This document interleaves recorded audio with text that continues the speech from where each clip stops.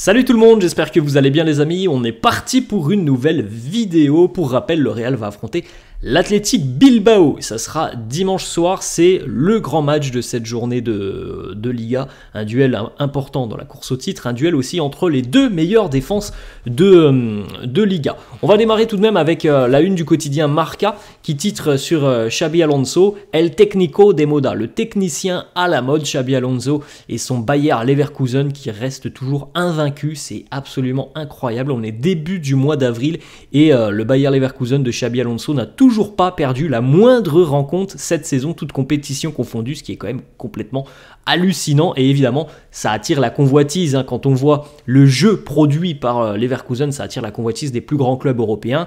D'ailleurs, on sait déjà que certains clubs vont changer d'entraîneur en fin de saison. Le Bayern de Thomas Tuchel, Liverpool qui va se séparer d'un commun accord de Jürgen Klopp, puisque Jürgen Klopp a décidé de prendre un petit peu de recul par rapport au milieu du football. Et donc évidemment, Xabi Alonso a peut-être l'opportunité d'aller voir encore plus haut que Leverkusen, mais selon plusieurs médias, c'est pas forcément son souhait. À l'heure actuelle, hein, il aurait toujours l'intention de continuer avec Leverkusen la saison prochaine, ce qui peut être une bonne nouvelle pour le Real. Alors on sait que Carlo sera là, à moins qu'il y ait un cataclysme sur la fin de saison. Carlo devrait être présent l'année prochaine, et ce qui fait que si Carlo vient à quitter le club, peut-être dans un an, dans 2 ans, on ne sait pas, mais ça pourrait peut-être coïncider avec une arrivée de Xabi Alonso du côté du Real. Ça, c'est une piste que l'on ne peut pas écarter, en tout cas.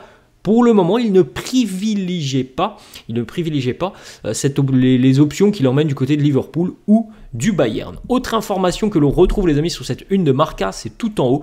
Ultimatum del Bayern à Davis, on en a déjà parlé, le Bayern a posé un ultimatum tout simplement aux Canadiens. On va en parler dans quelques instants.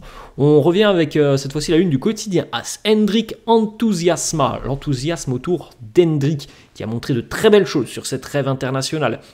Du côté de Wembley, du côté du Bernabeu, donc aux yeux de tout le monde, Hendrik s'est de nouveau révélé, parce que on ne l'avait jamais trop vu, évidemment au niveau international. Bon, il faut suivre le championnat brésilien, évidemment, pour suivre un petit peu les prestations d'Hendrik. Donc là, il était en Europe, et tout le monde a pu voir que voilà, le jeune a quand même un talent assez impressionnant à son âge, à 17 ans, c'est quand même assez dingue d'être aussi doué et surtout aussi mature dans son jeu.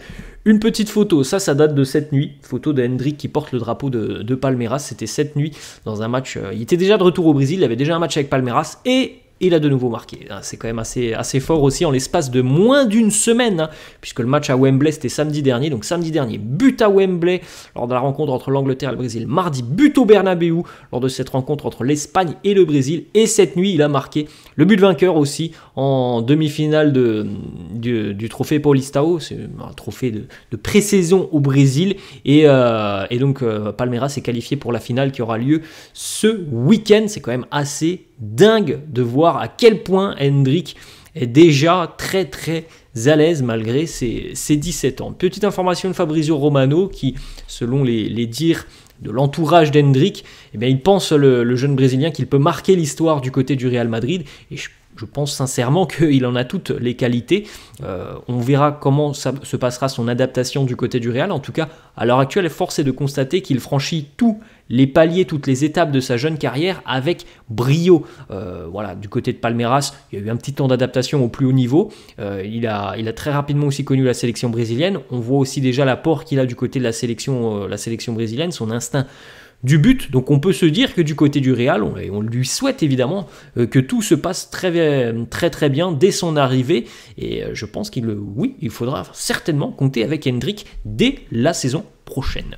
On continue les amis avec une petite information, voilà cette photo, le retour à l'entraînement hier pour les merengues, comme on l'a dit tout à l'heure, préparation du match face à l'Athletic Bilbao dimanche, hein, c'est une grosse affiche puisque Bilbao est une équipe très solide qui est en plus de ça engagée dans la course à la Ligue des Champions, donc ça va être un bel affrontement, hein, du côté du Bernabeu, ça sera dimanche soir. Petite information sur 3 joueurs qui hier n'ont pas participé à l'entraînement, ils se sont entraînés au sein du gymnase. Camavinga, Jude Bellingham et Fede Valverde, mais visiblement c'était le processus normal pour eux. Ils devraient s'entraîner en revanche aujourd'hui avec le groupe en extérieur. On continue avec entraînement aussi pour Eder Militao, le retour de Militao est imminent, il devrait jouer, normalement c'est ce qui est prévu, le 13 avril prochain, ça sera face à Majorque. On verra s'il sera intégré par Carlo dans le groupe qui affrontera les Basques ce week-end. Du côté du Real, évidemment, on ne prendra aucun risque avec Militao, donc potentiellement, c'est dans les dires, mais il pourrait être intégré au groupe ce week-end et pourrait avoir un petit peu de temps de jeu, donc ça veut dire qui ne démarre déjà hein, normalement, il n'y a aucune chance qu'il démarre titulaire ce week-end, Militao. Si la tournure de la rencontre permet à Carlo de faire tourner un petit peu l'effectif, peut-être que Militao pourrait avoir un petit peu de temps de jeu ce week-end, mais pour le moment ce n'est pas une certitude, loin de là. On continue avec petite photo aussi pour les gardiens de but qui étaient à l'entraînement hier, voilà des arrêts pour Kepa et André Lunin. On enchaîne avec une information qui concerne ce match face à Bilbao ce week-end. Pour rappel les amis, Vinicius est suspendu pour cette rencontre, donc une arme offensive en moins pour les merengues. Et puis autre information, Jude Bellingham, lui en revanche, fait son retour après avoir été suspendu, vous le savez, par Gil Manzano. Suspension donc de 2 matchs. Bellingham sera de retour. On regarde les amis, et là on le voit donc de plus près avec un gros plan, le maillot qui sera porté par les merengues ce week-end. Pour rappel, maillot d'une collaboration avec un designer japonais. Donc il sera porté uniquement ce week-end. Ce sera un one shot pour ce maillot. D'ailleurs je crois que je l'ai vu, il me semble, en vente sur le site du Real à un prix je trouve exorbitant. Je crois qu'il est à 230 €. Bref, ça c'est un débat à part. Mais voilà le maillot, donc avec cette couleur bleu nuit violet, et donc des roses qui sont présentes sur ce maillot. On enchaîne les amis avec une petite information qui concerne David Alaba, qui une fois n'est pas coutume a de nouveau été couronné du trophée de joueur autrichien de l'année 2023. Bon, c'est pas compliqué, hein, de toute façon c'est depuis une dizaine d'années, très régulièrement, 9 fois sur 10, c'est David Alaba qui le remporte. Je crois qu'une année, il y a eu Marko Arnautovic, me semble-t-il, qui l'avait remporté, mais sinon, voilà, c'est pour David Alaba. On enchaîne avec des informations de Fabrizio Romano qui revient un petit peu sur le dossier Alphonso Davies. Premièrement, l'information donnée hier par Fabrizio Romano, Davies ne signera pas de prolongation de contrat avec le Bayern à l'heure actuelle. Le Real Madrid est au courant de la situation. Une décision finale sera prise dans les toutes prochaines semaines. Fabrizio Romano rajoute: la situation est très tendue entre Davies et le Bayern. Si une prolongation de contrat n'est pas à tomber, enfin s'il ne tombe pas d'accord entre Davies et le Bayern, il sera vendu cet été. Le Real se tient prêt, ça c'est une information importante, le Real se tient prêt à ouvrir les discussions très rapidement avec le club bavarois, avec notamment une première offre qui devrait osciller autour de 30-35 millions d'euros selon les informations qui sortent depuis quelques jours maintenant. Autre information, ça nous arrive d'Allemagne, Félix Plettenhardt, journaliste Sky Allemagne, qui nous annonce que l'accord entre, si toutefois il y a un accord entre le Bayern et Alphonso Davies, est très loin. Et selon Félix Plettenhardt, il est même quasiment impossible de tomber d'accord tant les deux parties sont éloignés. Alors on a déjà parlé des demandes, des prétentions salariales de Davies, de ce que lui offre le Bayern, et en plus de ça, on a eu, je crois, l'agent de Alphonso Davies qui a réagi notamment à l'ultimatum qui a été posé par le Bayern, et voilà, il a fait passer le message que c'était véritablement pas une bonne idée, et que ça dessert certainement aussi les négociations, parce que on n'a pas envie, je pense, du côté de Davies et de ses représentants, d'être acculé, et c'est ce que le Bayern est en train de faire. Donc franchement les amis, ça commence vraiment à sentir très bon pour l'arrivée d'Alphonso Davies, et c'est extrêmement tendu, comme le dit Fabrizio Romano, c'est très tendu les négociations entre le Bayern et le Canadien ainsi que ses agents. On continue avec une petite déclaration de Dani Parejo qui nous parle de Vinicius, du comportement de Vinicius. Dani Parejo, joueur de Villarreal, qui nous dit: je suis allé sur des terrains en Espagne où l'on me traitait parfois d'alcoolique et d'autres choses.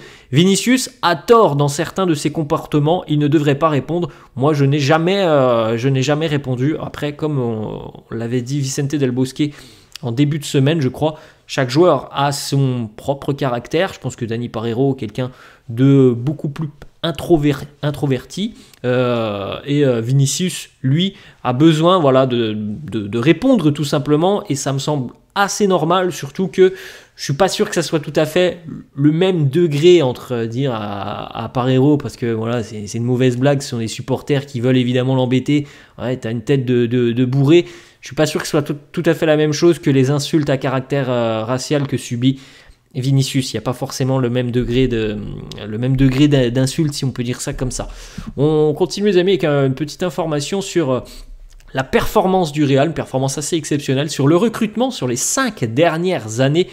C'est comparé par rapport à toutes les équipes qui sont encore qualifiées en Ligue des Champions. Le Real est l'équipe qui va recruter les joueurs les plus jeunes, avec une moyenne d'âge de 23 ans et 32 jours. Alors 32 jours, voilà, à peu près 23 ans, hein, quasiment pour le Real. Devant le Borussia Dortmund, et ça passe déjà à 24 ans. Donc on le sait, le Real depuis 5-6 ans à peu près a tout de même entamé un processus voilà, de rajeunissement de l'effectif, avec beaucoup d'espoirs qui sont arrivés et qui se sont révélés au grand public, ou se sont affirmés, parce que comme par exemple Camavinga ou Tchouaméni, ce sont des joueurs qui étaient plutôt à l'aise en Ligue 1 et qui se sont affirmés en Liga. On continue les amis, on a une petite information qui concerne Manchester United, qui semble très intéressé par le profil de Rossellou pour être un plan B à Rasmus Højlund. Il y a déjà 2 émissaires du club mancunien qui sont venus un petit peu superviser Rossellou du côté de Madrid et se tenir au courant de sa situation. Pour rappel, du côté du Real, on semble très satisfait des prestations de Rossellou et on serait prêt évidemment à lui offrir une prolongation de contrat, ou en tout cas à le signer définitivement en fin de saison.